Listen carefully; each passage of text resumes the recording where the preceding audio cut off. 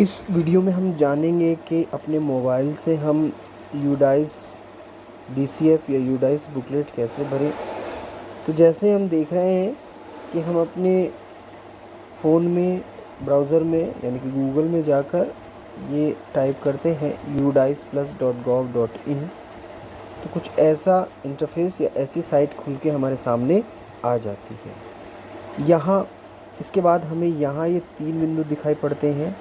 इन 3 बिंदु को हम टच करते हैं, यानी कि खुलने के बाद जब ये ऐसी साइट खुलती है तो यहाँ 3 बिंदु को हम टच करते हैं। जैसे हम 3 बिंदु को टच करते हैं तो कुछ इस तरह से खुल के आता है और यहाँ लिखा रहता है डेस्कटॉप साइट। इस डेस्कटॉप साइट को हम करते हैं क्लिक। जैसे ही हम डेस्कटॉप साइट को क्लिक करते हैं तो कुछ ऐसी इंटरफेस में बदल जाता है। जो हम पहले था फ़ोन वाली साइट से ये डेस्कटॉप साइट में बदल जाता है।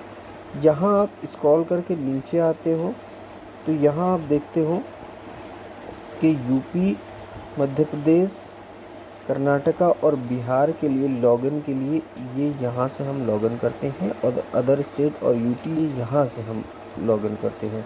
तो हमें यूपी के लिए करना है तो हमें यहाँ से करेंगे। तो यहाँ से जैसे ही हम क्लिक करते हैं तो फिर कुछ इस तरह से खुल के हमारे सामने आ जाता है। इसे फिर एक बार हमें डेस्कटॉप साइट में बदलना पड़ेगा और जैसे ही हम डेस्कटॉप साइट में इसको दोबारा बदलते हैं तो कुछ ऐसा हमारे पास इंटरफेस आ जाता है। हम यहाँ अपना यूडाइस नंबर डालते हैं और यहाँ पासवर्ड डालते हैं। यूडाइस नंबर हमें अपने स्कूल का पता होता है मगर पासवर्ड हमें नहीं पता होता। यह हमें ब्लॉक MIS कोऑर्डिनेटर के द्वारा मिलता है, यानी कि ब्लॉक या BRC पर जो कंप्यूटर ऑपरेटर है उसके द्वारा हमें प्रोवाइड किया जाता है। उसको हम यहाँ फिल करते हैं, कैप्चा फिल करते हैं और फिर हम लॉगिन कर देते हैं। लॉगिन के बाद कुछ इस तरह से प्रोसेसिंग आती है। तो अब यहाँ आप देख रहे होंगे कि आपको 4 यहाँ ऑप्शन दिखाई पड़ रहे हैं। तो पहले वाला है instruction for filling the DCF को फिल करने के लिए इंस्ट्रक्शन। इस user manual for UDISE plus software, download pre filled DCF, पहली फिल की हुई DCF डाउनलोड करें। यहाँ से आप डाउनलोड कर सकते हैं। जो आपने अपना DCF फिल कर दिया है उसको यहाँ से आप डाउनलोड कर सकते हैं।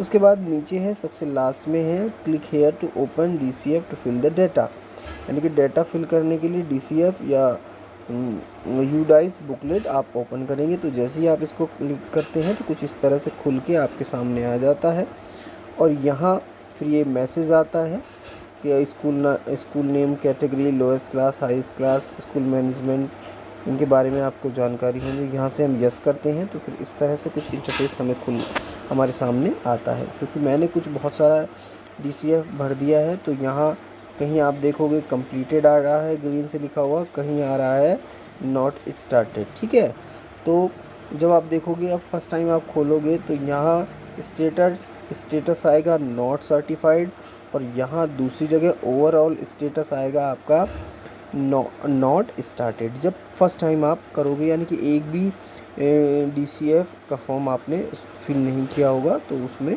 नॉट स्टार्टेड यहाँ आएगा, यहाँ वर्क इन प्रोसेस आ रहा है। तो इसके बाद आप देखोगे कि कहाँ से आप शुरू करेंगे भरना।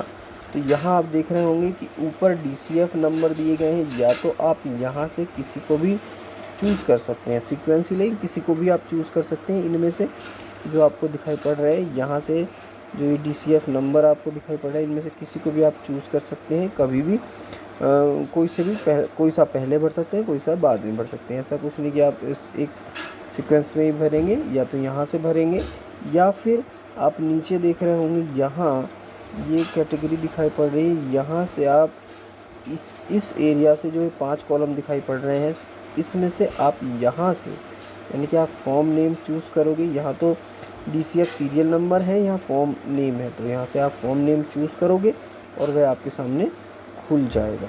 जिसको आप फिल करना चाहोगे वो आपके सामने खुल जाएगा। तो सबसे पहले इसमें जो हमारा 1 to 114 है वो स्कूल प्रोफाइल और अपडेट स्कूल बेसिक्स है। सबसे पहले हम इसको ही देखते हैं।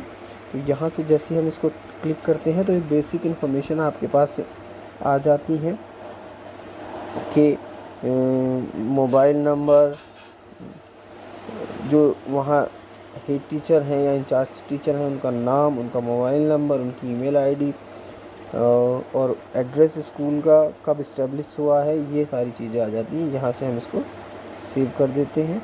सेव करने के बाद तो यहाँ ऊपर सक्सेसफुली सेव आ जाता है। आप ऊपर देख रहे होंगे यहाँ ग्रीन में लिखा हुआ आ जाता है school basics detail saved successfully. जौन से भी मॉड्यूल को आप सेव करते हो, जौन से भी फॉर्म को आप सेव करते हो, इसी तरह से आता है। तो इसके बाद आप देखोगे यदि आपको बैक जाना है तो यहाँ से आप बैक का ऑप्शन रहता है, यहाँ से आप क्लिक करोगे तो आप बैक चले जाते हो, यहाँ से आप बैक चले जाते हो।